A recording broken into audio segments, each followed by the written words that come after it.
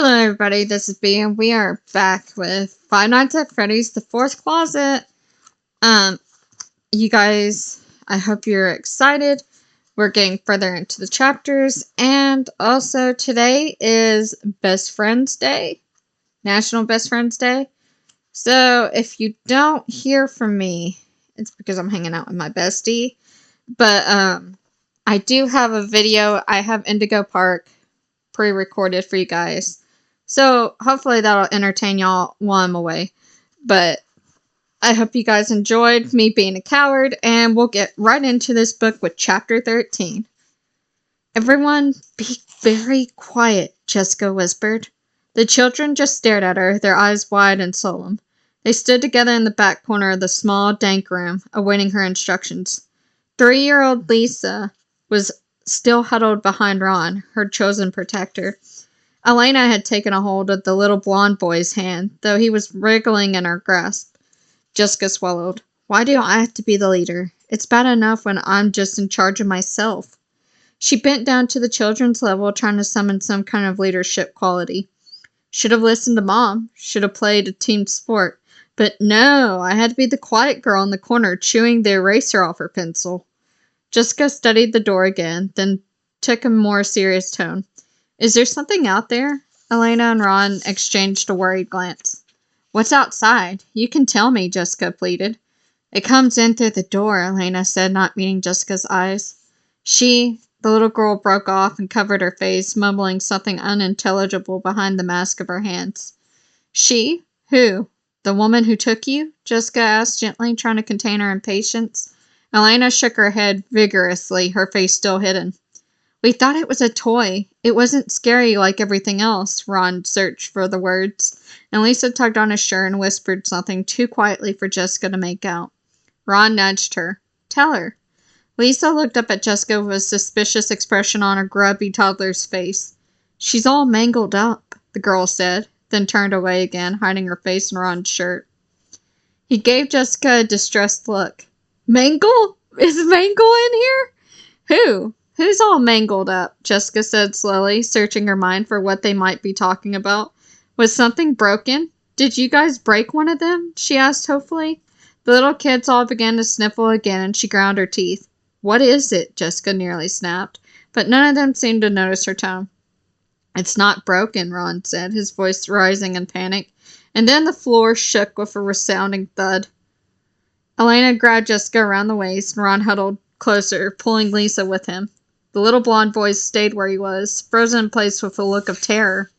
There was another thud, this time louder. Then the pounding continued over and over, coming closer. Jessica could hear it moving in the hall, reverberating deep in her chest as whatever it was came thundering towards the door outside. She heard the wood cracking and clutched the children's shoulders as something struck the wall 3 times in a quick succession, rocking them all back. There was a final clattering noise that seemed to come from all around. What is that? Jessica whispered, searching the walls and ceilings, unable to make sense of the noises. Then everything fell silent. They waited. Jessica listened, counting to 10, then 20, and the sound did not come again. She counted to 30, then 60. I have to do something. She straightened carefully, extracting herself from Elena's grasp. Wait here, she whispered. She crept towards the door, stepping as softly as she could. As she moved, she could feel their eyes on her. The door was ordinary looking, a wooden door with a brass knob, the kind you'd see on a closet. Jessica took a quick, deep breath, then stretched out her arm to take the knob. Before she could touch it, the knob turned, and the door began to slide open. Jessica held her breath and took steady steps backwards, desperately wanting to rejoin the group, even if they were just children. At first, Jessica saw only pink and white. Oh my god, it's Mangle! Ah! I'm so excited. The shape's indistinct. Then her mind made... My mouse is freaking out as badly as I am. Then her mind made sense of it. Slowly, the enormous head of garish painted fox peered into the room. Foxy? Jessica thought, hazily taking in pointed pink ears and yellow eyes. Its cheeks were painted with red circles, like the animatronic girls that had been. The creature looked at her for a long moment, and she stared back, unable to remember how to move her feet. And then the fox's head retreated, and all the children screamed. Something new sprang violently into the room, a long and segmented metal limb like a spider's leg. It braced against the floor just as a second metal leg violently invaded the space, embedding itself in the nearest wall. The children screamed, and Jessica raced towards them, looking frantically for a way out.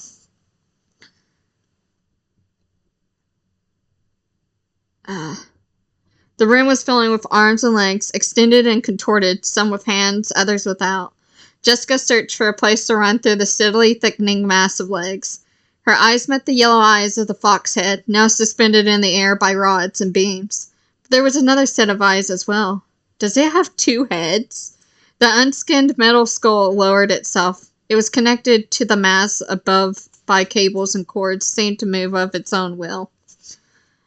One high-pitched scream rose from the others, a blood-curdling wail. "Lisa!" Ron cried, and Jessica saw that the thing had one hand on the little girl's arm and was pulling her towards it. The skinless metal head steadied her, then swiveled and swung on its cables to the other, taking an aggressive stance towards them as the metal limbs entangled the little girl and pulled her towards the door. "No!" Jessica cried, climbing through the snares of metal coils and grabbing Lisa's tiny hand. A violent surge threw her back, but she held fast to whatever she had managed to grasp, letting go only as she hit the floor. She struggled for air as she got to her feet, but the creature had already retreated through the doorway and disappeared. Jessica whirled, looking frantically to the children, and her heart nearly burst with relief. Lisa was on the ground beside her, and Ron and Elena was helping her up. Jessica rushed to them. "It's okay," she whispered, then momentarily relief vanished. The blonde boy, the one who might have been Jacob, was gone. "I can't hold on to him," Elena wailed, as if reading Jessica's mind. Jessica looked to the door in despair, but quickly steadied herself. "We'll get him back," Jessica said, because it was all she could think of to say. She glanced around helplessly, then froze as the doorknob slowly began to turn again. "Stay here," Jessica said in a low voice. She moved quickly to the door. She stood to the side, bracing herself to jump on whatever came through. "This is your plan?" The door opened and Jessica screamed and lunged into the doorway, as though ready to karate chop whatever was coming through. Carlton and Marla jumped back with startled expressions, and Jessica stared for a moment, then seized Carlton in a hug, holding tight to his shoulders as if he could stop her from shaking. "Jessica?" Marla asked, Jessica, Marla said, spotting the children. Jessica pushed Carlton away. "Something got one of the kids, a little boy," she said in a rush. "I didn't see where it went." Marla was already beside the children, checking them for injury. "We had to get them out," she said. "Oh, really, Marla? Is that what we should be doing? Here I was painting my nails," Jessica said crisply. Carlton reached for his ear and pulled something out. "Here, take this," he said. "What? Ew!" Jessica made a face instinctively, then peered at the tiny device. "Is that a hearing aid?" "Not exactly. It makes you invisible to the animatronics. You and Marla take these kids out. I'll find the other kid they took." "How does it?" Jessica took the device and studied it. "I have to put it in my ear?" "Yes, you have to put it in your ear. I'll explain later." "But are your ears even clean?" She leaned in, peering suspiciously at Carlton's ear. Marla grabbed the earpiece out of her hand and shoved it into Jessica's ear. "Ow!" she cried. Marla turned back to the kids. "Shouldn't we give them to the children instead?" "There are only 2 earpieces, and you can both protect them better if you're invisible, right?" Carlton said irritably. "What if Jess and I stay here with the kids, and you take one out at a time, wearing the earpiece?" Marla pressed. Jessica shook her head immediately. "And what if that thing comes back and kills us all while we're waiting for Carlton to take his sweet time? We have to make a break for it, Marla. It's the only way." They were all quiet for a moment. Carlton looked from Jessica to Marla and back. "Right. Now give me 30 seconds to get away from here, and that way if something chases me, I can draw them away from you." "Anything I should know?" Carlton paused at the door. "Afton's still alive," Jessica said, and he nodded. "This ends today," he said quietly. "One way or another. Not one more child dies because of that psychopath. I owe that much to Michael." Jessica bit her lip. "We all do," she said. He forced a smile. "Good luck." "Good luck," she echoed. "Right." Carlton clenched his jaw, then squared his shoulders and held the door open, poised to exit. "This was my idea," he muttered, then closed the door behind him. Marla, do you know the way out? Jessica asked, surprised to hear her own voice come out clear and steady. Marla nodded, standing up. We came in the back, but I think if we go back down the hall, we can get out in the main dining room. Should be easy to get out from here, right? You'd think so, Jessica muttered with an edge. Marla gave her a level look. You got something better? No, I don't. Jessica turned to the 3 remaining children who were watching them with wide eyes. We don't have to get far, she said, searching for scraps of hope to offer them. I need you to stay together, and stay with me and Marla. If you can do that, we'll be okay. They looked at her like they knew she was lying, but no one said a word. Jessica opened the door again carefully. The hallway outside the little room was dark, but Marla held them onward as if she really did not know where they were headed. She held a large battered flashlight out in front of her. She looked poised to turn it on, but refrained from doing so, seemingly afraid of attracting more unwanted attention. Jessica's eyes adjusted to the dim light as she took up the rear, alert to the slightest sign of danger. They came to the T in the hall, and Marla turned without hesitation. A few yards ahead of them was light. Strings of small, bare bulbs lit the way at intervals, and the next fork in the hall was visible. We're getting closer, Jessica thought as they moved cautiously onward. A soft popping noise caught Jessica's attention overhead, and she froze. Marla, she hissed, and Marla and the children ahead stopped and turned around. Marla pointed up with a worried expression. Jessica looked up to see that some of the bulbs over her head had gone out. Their glass opaque with a sooty film. Just old lights, Jessica breathed. A light above Marla's burst and died, and all of them jumped. Elena clamped both hands over her mouth, and Ron put a hand on Lisa's shoulder. Can we go faster? Lisa whispered. All at once, the rest of the light bulbs flickered and clattered. Jessica held her breath. They stayed on, preserving the little light, but overhead something hollow and metallic rattled in the ceiling. Marla's face went pale. Keep moving, she said tightly. Jessica gave a sharp nod. The rattling noise kept pace, sometimes seeming to come from above them, and sometimes from the dark corner just out of view, scraping and clattering in the vent or crawl space. Lisa whimpered. The older children's faces were stony, but Jessica could see the glimmer of tears on their cheeks. Suddenly Marla stopped short, and Jessica almost bumped into Ron. What? She hissed, then saw a thin curtain of dust was falling from above. Jessica looked up and saw the open duct directly above them. A multi-segmented metal arm covered with springs and wires dropped down through the open duct, anchoring itself to the floor right next to Jessica's foot. Everyone screamed. The arm retracted, then 2 more of the creature's contorted limbs smashed down to the ground, raining down plaster and dust. Run! Marla screamed. They took off down the hallway as the creature lowered its full form into the space, its shiny white fox head turning and smiling in their direction as they fled. Jessica glanced back, and the unskinned head dropped too, grinning upside down. A red bow tie joining their necks ridiculously. Jessica fled. Behind her came an enormous thud. Run faster, she wanted to scream, but the others were gasping for breath and already running at their full capacity. The children were pounding along as fast as they could, but Lisa, the smallest, began to fall behind.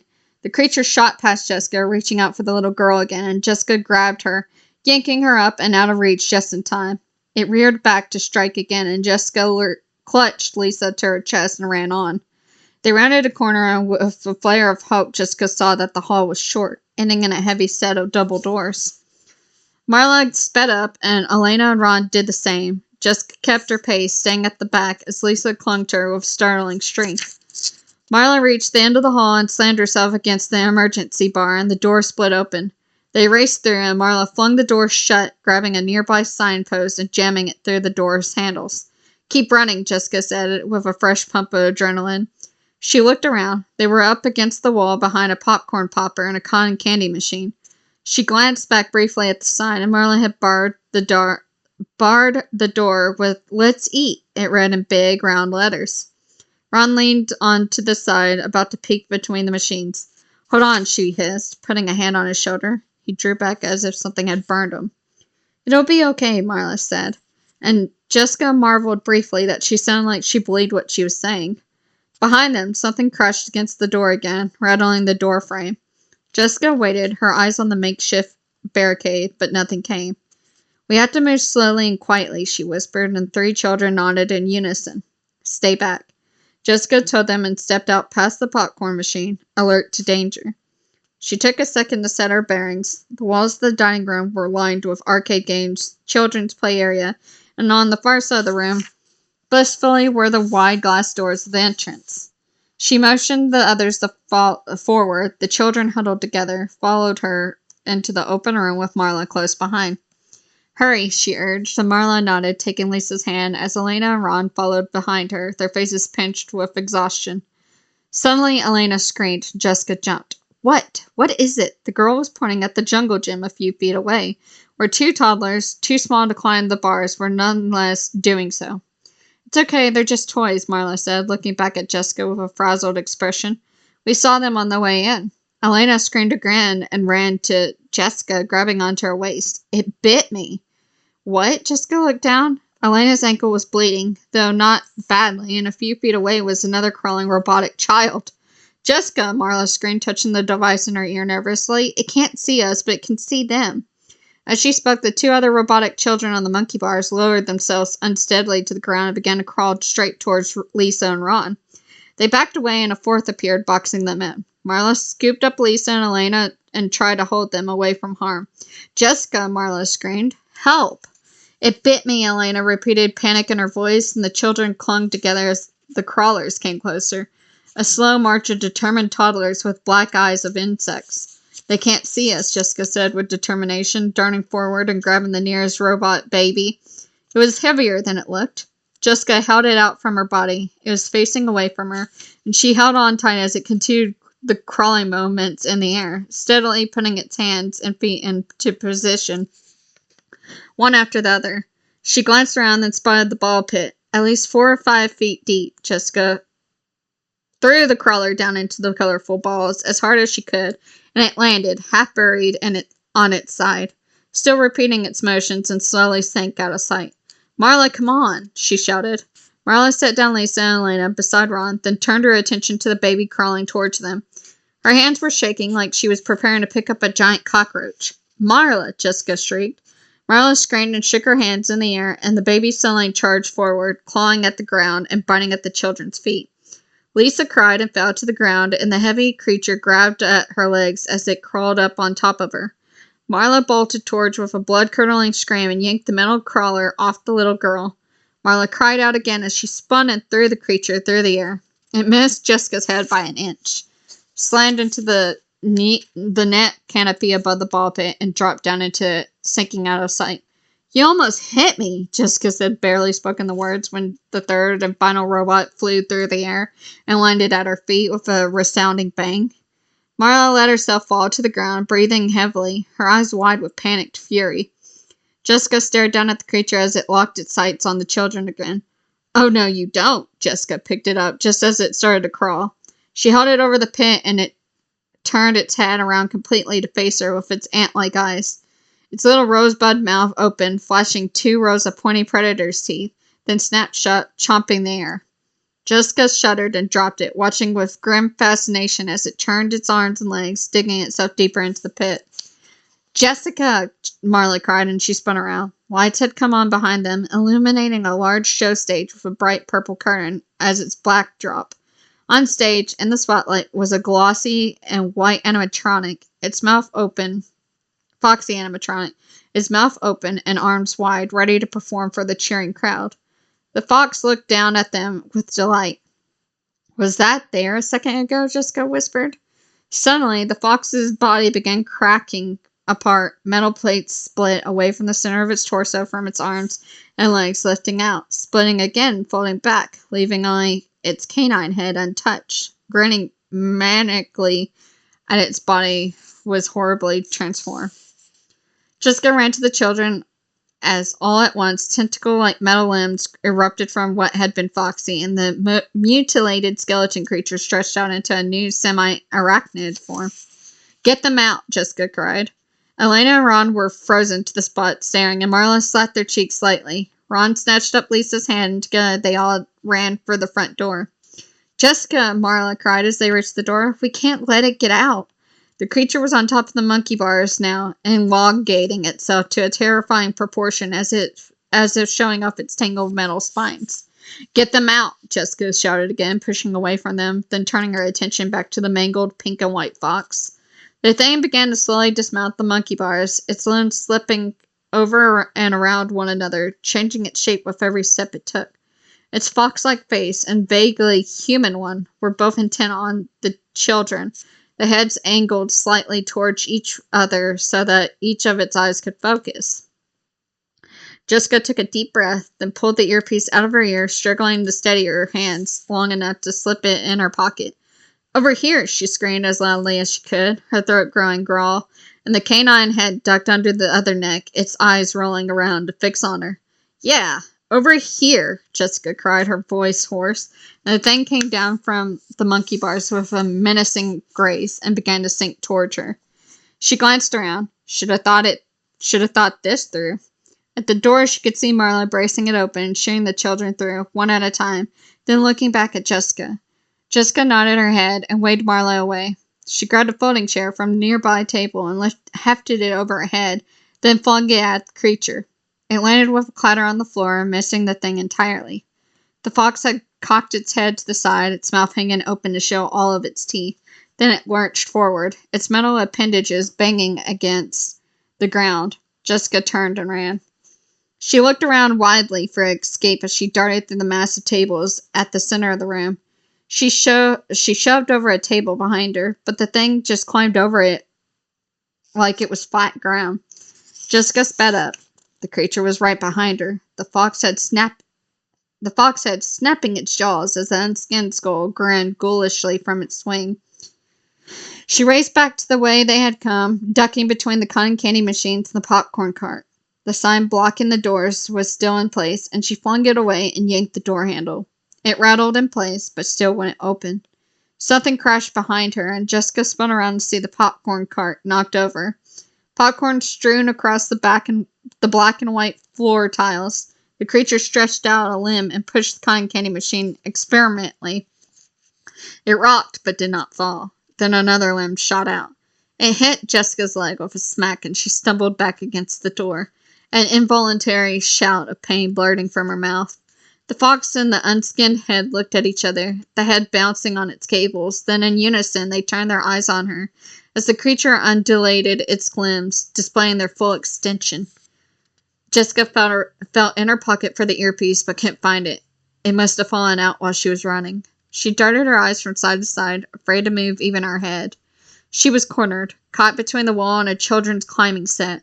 There was no way past the thing. All at once, the creature seized the cotton candy machine with three of its limbs, crushing it. Shattering glass sprayed in all directions as it carelessly flung the machine aside. Jessica shielded her face, turning away, and as the machine cracked the floor tiles behind her, she saw it. A red and yellow bars of the playset nearby held high above the room below, where a colorful pipe maze began. She bolted tight to the ceiling and disappearing into the circular hole in the wall and into the next room. That's my way out. Jessica set her foot on the bottom rung of the playset and started to climb as fast as she could. Below her came a retching noise, and she glanced down to see the creature tearing up the playset. The unskinned head swinging and bobbing gleefully. It reached up and tore out the rung below her.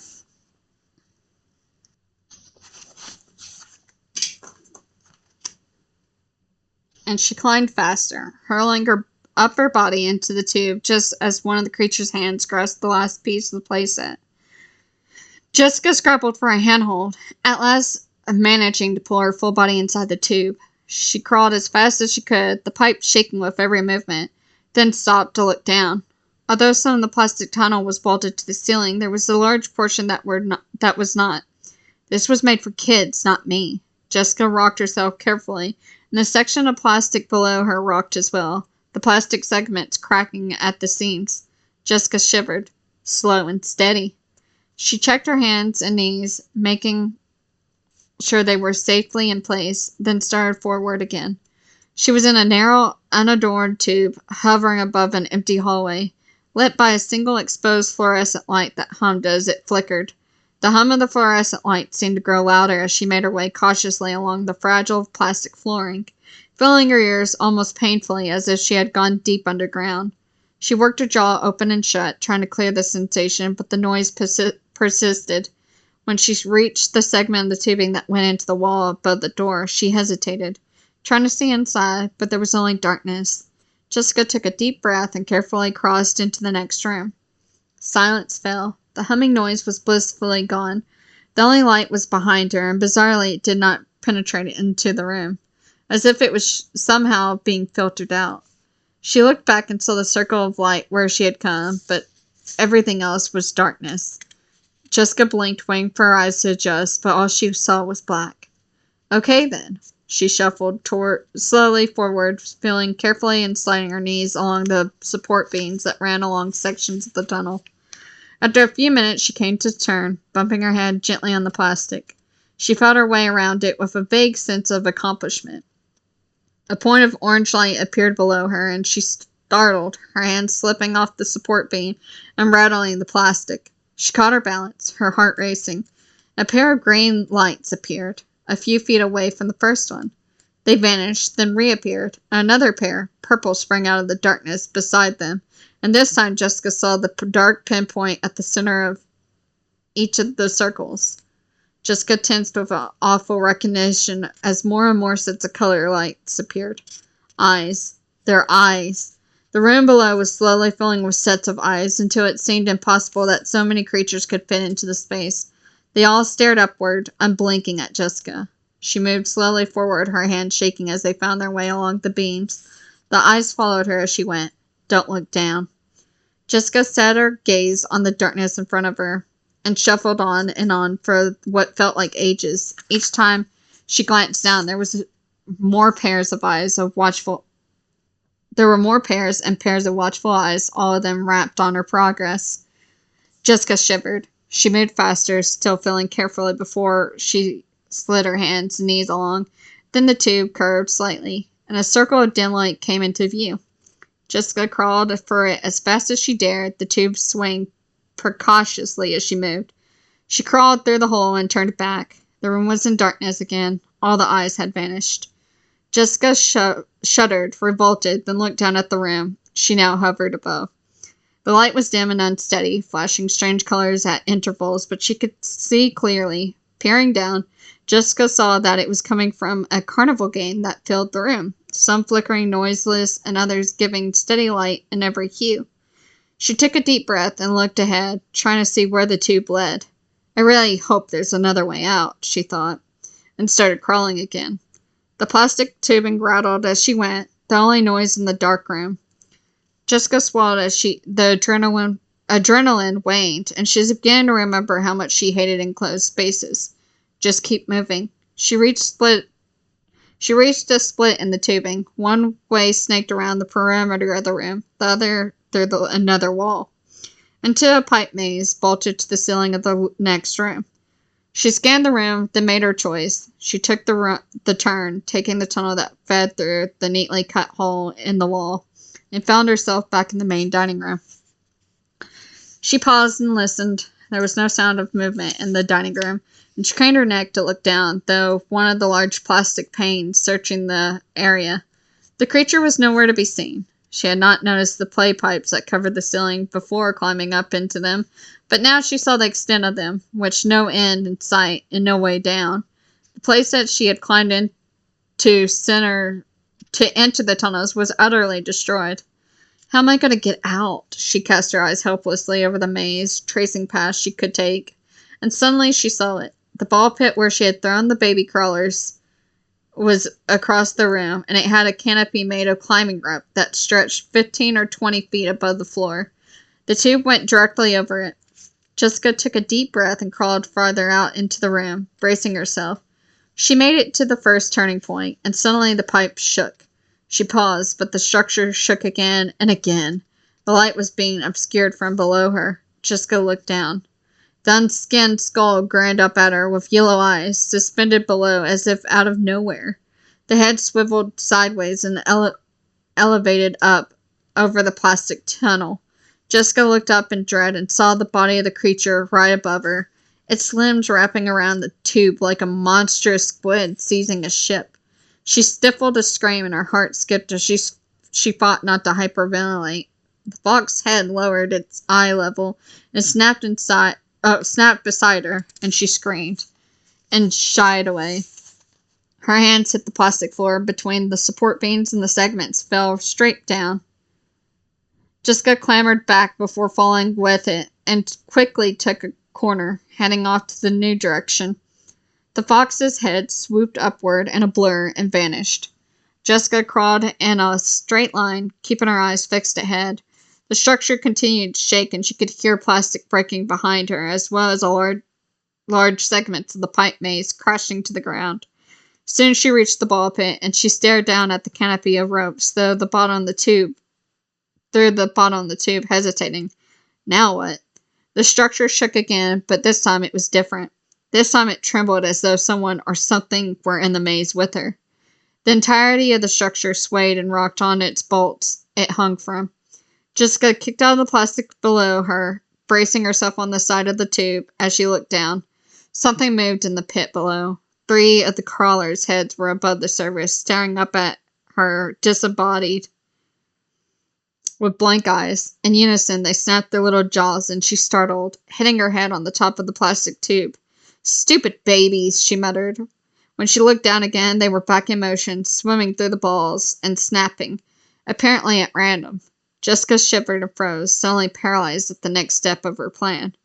For a moment, she prayed that it wasn't too late to just stay silent and wait for the danger to pass. The structures trembled again, this time over and over in a rapid succession. A spiral of shimmering metal flew through the tunnel. Then she saw its gleaming fox's head, its mouth open in an impossible smile. Jessica screamed and fell sideways through the hole, landing heavily on the rope canopy.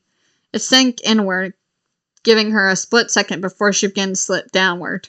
She grabbed wildly at the net, the ropes burning her hands and entangling her feet. Then she got her footing and scrambled back up the slope to the top, wrapping her hands around the metal support bar.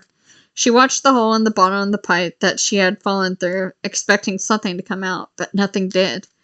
There was motion in the pipes, barely visible through the thick, foggy plastic.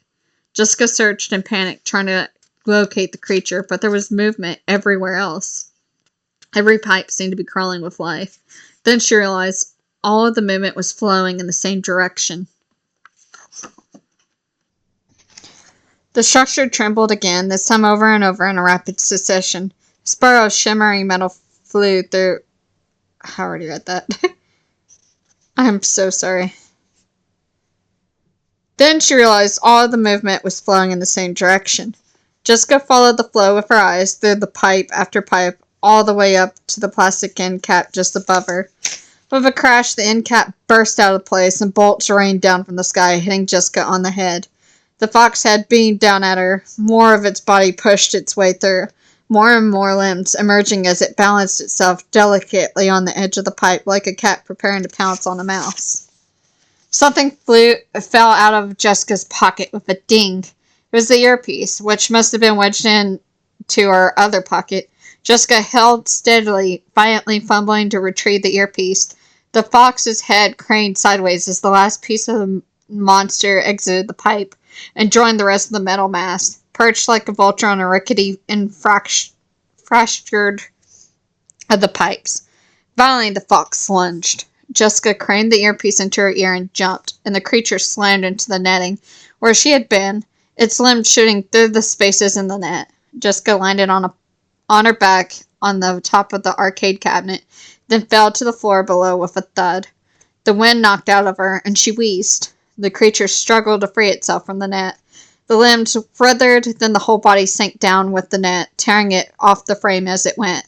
The creature was stuck, its limbs tangled in the mesh. It thrashed and flailed, and its long snake-like appendages lashed through the air.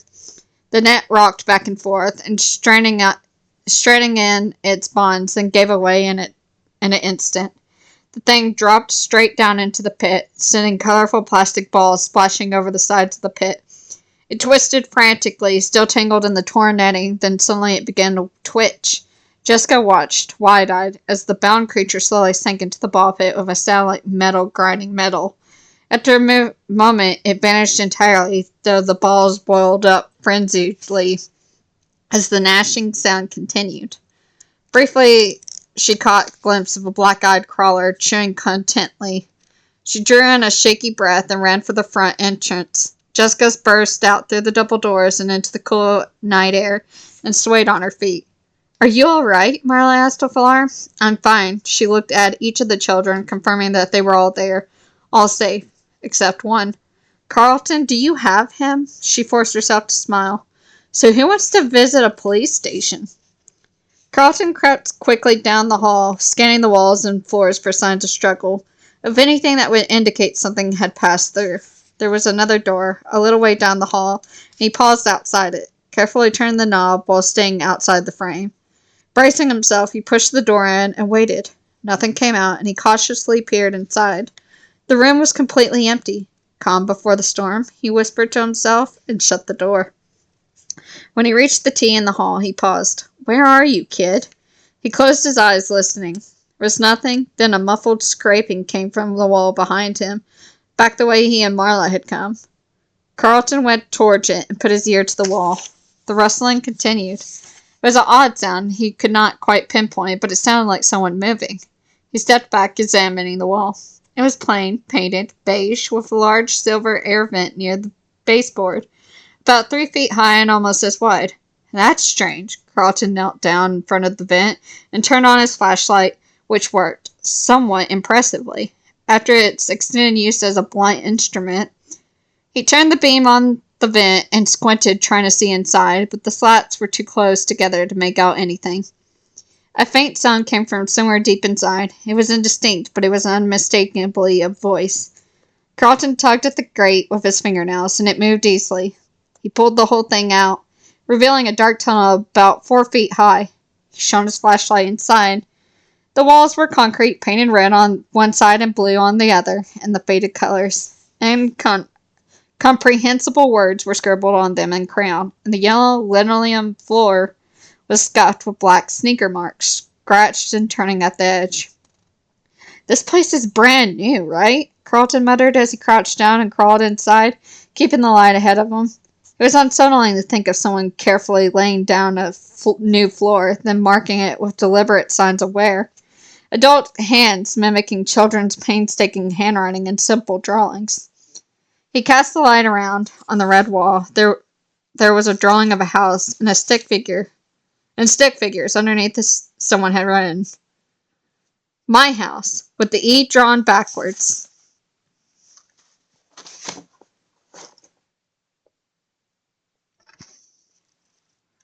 The sound of the voice came again, echoing faintly through the tunnel ahead, and Carlton crawled forward awkwardly with the flashlight in one hand.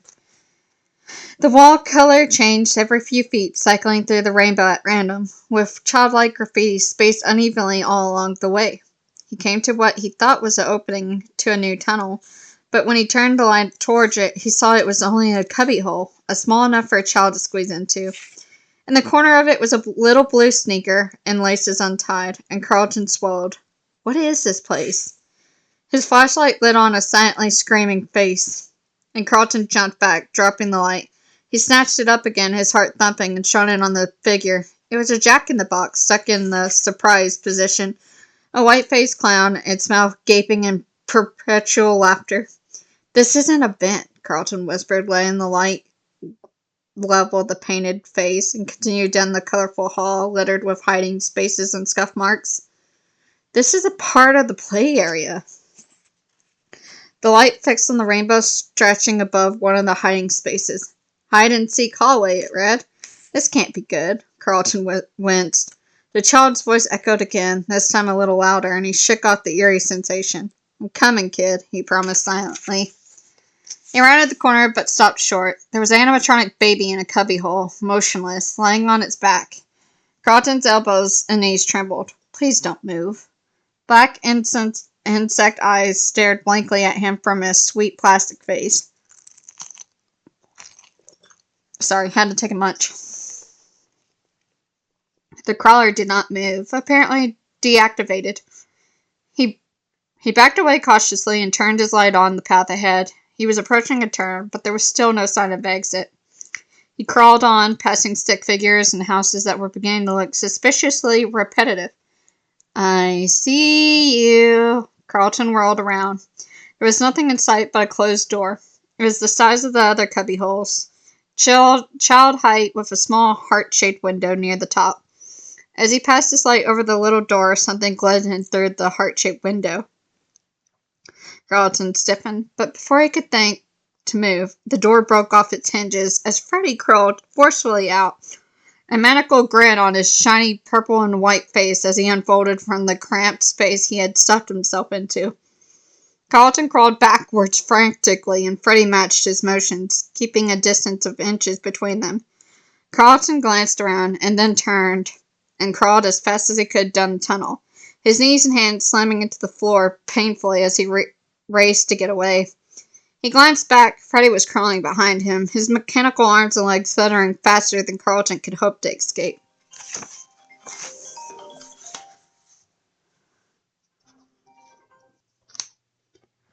Freddy caught his foot, and the iron fingers digging in his heel. Carlton kicked with his other foot, wrestling himself free, and got to his feet and started to run. Hunched down to half his height and scraping the ceiling with his back. From behind he could hear the sound of Freddy bearing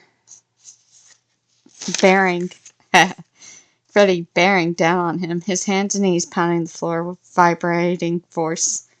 Carlton turned another corner, and relief surged through him.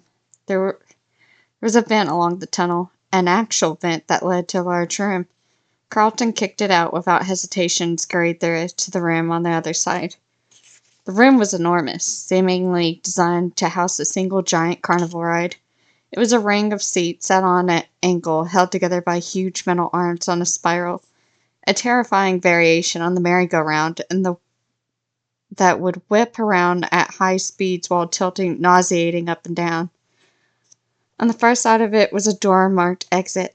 Before Carlton could run for the door, Freddy burst out of the tunnel, climbing to his feet, his eyes sickening reflective in the dark.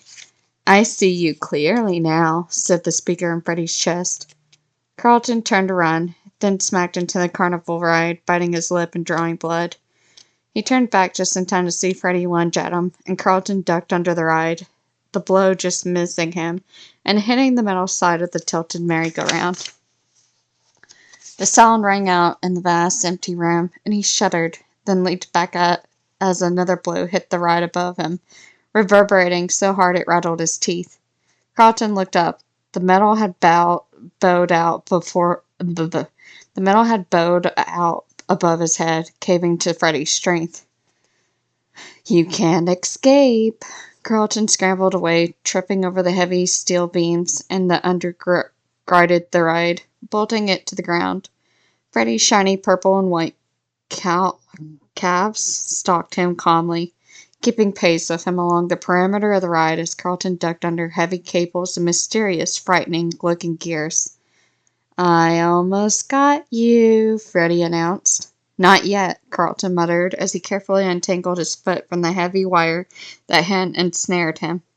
He craned his neck, trying to see the room around him. There was no way he could get past Freddy, and even if he did, he would pursue him relentlessly. Carlton was backed up against the tilted end of the ride and up against the control platform. As he craned his head upward, he could see a large on and off lever, which was almost in reach. Nowhere else to run. Carlton waited for Freddy to make his way deeper under the ride, pressing and contorting his body to get at Carlton between the beams. Carlton squeezed out from under the ride and hoisted himself just high enough to pull the lever and activate the ride, then dropped to the ground and covered his head.